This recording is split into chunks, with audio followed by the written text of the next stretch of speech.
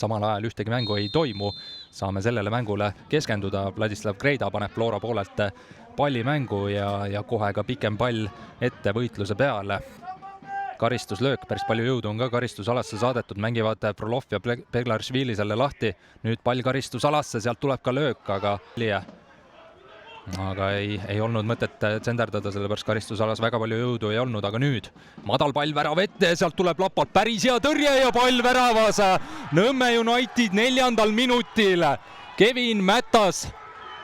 Vot selline algus siia Flora sünnipäevale. 4. minutil ja Nõmme United 1-0 ees. Kogu meeskond läheb otsajoone juurde tähistama. Vaatame, kas leiame siit Nõmme Unitedi fännid ka üles või mitte. Neid on, lipp ka lehvib siin, aga no ideaalne algus Unitedile. Siin nad on, Nõmme Unitedi fännid. Otsib Mätast, leiab ka. Mätast saab palli alla. Uuesti Järvelaid, madal sööt värav ette, Ovusu. Nurk on terav, aga sealt löögimoodi asi tuleb. Kaares. Teeväli otsib nüüd vasakult äärelt Kalmõõkovi, kes on sinna kõrgele tõusnud. Läänelaid tal vastas. Üle asted, Kalmõõkovi vasaku jalaga tsenderdus, värav ette ja Pürg püüab kindlalt. Flora paremalt äärelt. Tsenderdus, värav ette, sealt tuleb ka löök, aga Läänelaid nüüd on Teevälja vastu. Madal pall kasti, sealt tuleb ka löök ja ei lähe palju mööda. Veel üks nurgalöök ette posti, sealt tuleb pikendus ja tuleb ka löögimoodi üritus jätkuolukorrast ka. Et kui normaalaja järel on seis, peaks olema viigis, siis ootab meid ees lisaaeg. Palts, tal on löögi alg olemas, läheb ka löögilna, Läänelaid ka spurtimas.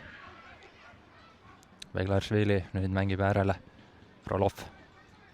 Uuesti Beglarishvili, tal on ruumi. Palju on ruumi. Tsenderdus värav ette, sealt tuleb ka jätkaga mööda. Kreida, kes läheb ise kaugelt, ei lähe. Valdmets jätkab Kukele. Tsenderdus värav ette, nüüd on pall lahtine ja pall endiselt lahtine värava joonelt, tuuakse ära Kaarese lööke. Ma lihtsalt ei saa temast mööda. Aga kerge surve on nüüd Flora peale saanud. Kuraksin, tsenderdus, päris ohtlik tsenderdus ja tulebki Flora esimene.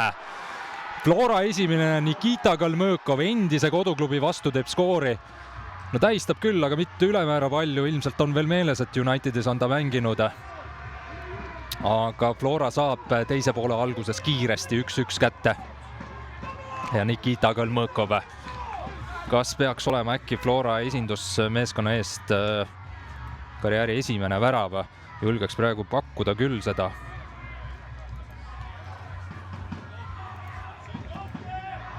Läheme kordusest. Just ütlesin, et Flora on surve peale saanud.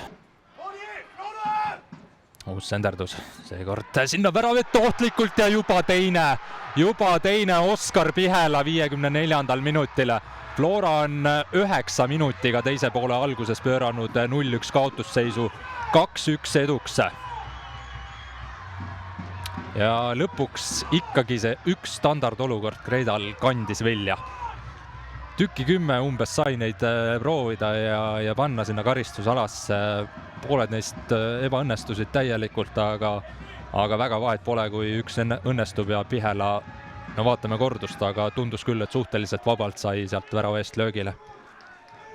Nüüd on võimalik Floral kiirelt tõusta, aga ei tule pall nüüd korralikult kaasa Kalmõõkoviga. Suudab siiski söödu Valdmetsale anda. Valdmets. Pall karistusalasse, sealt Kalmõõkov sai ka peaga löögile. Standardolukorras tekib midagi Unitedil. Lähebki tsenderdus Tšanda peale ja tuleb löök ka. Kreida nurgalöök. Pall püsib seal värava ees. Beglarishvili. Oi, kui hea sööt. Nüüd on Unitedi võimalus. Lapalt tõrje. Nüüd Kreida oma firmamärgiga saab palli kätte. Senjov. Sappinen. Usta võtab hoo üles, Usta läheb. Sapinen on tal vasakul toetuseks olemas. Ja jõuab see sööt ka Sapinenile kohale, mida Sapinen teeb, lööb ja Sapinen otsustab mängu ära 87. minutil ja lööb Flora 3-1 ette ja ilmselt ka Flora võiduga poolfinaali. Raskelt on see mäng ikkagi Floral tulnud, aga tundub, et tuleb ära. Tuleb võit ära ja Flora liigub karikavõistlustel järgmisesse ringi.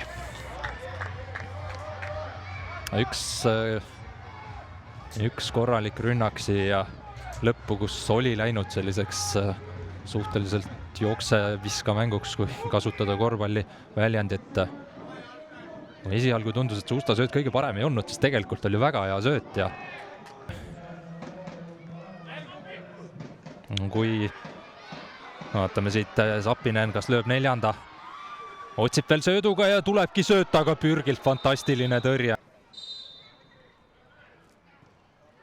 Beglaršvili paneb palli värava ette, aga Lapa püüab selle kindlalt. Nüüd on juba 3 üleminutit täis ka tiksunud ja vilistabki peakohtunik mängu lõppenuks. FC Flora klubi 36. sünnipäeval võidab Tipneri karikavõistlustel Nõmme Unitedit 3-1. Teisel poolajal tuldi 0-1 kaotusseisust välja. Slavomir Žižakovski, head coach of Nõmme United, you must be very disappointed. Talk about what are your first opinion of the game and your team performance? No, I'm not disappointed. We've done a lot. The boys have been working very hard. We created some chances. We lacked some experience in some moments. We were still adapting to Premium Liga level. And also we had to play with almost the same squad, 2 games in several days. We don't have comfort of 2 starting 11s to play 1 game on Saturday and another on Tuesday. I think that has the effect, but I cannot say that I'm disappointed. I'm proud of my boys because they've done a lot today, and it's football. We had our chances. We should have defended better in some moments, and that's it. How important was Estonian Cup for Nõmme United, or is it the main goal to avoid relegation in Premium Liga? No, our main goal is to win every single game.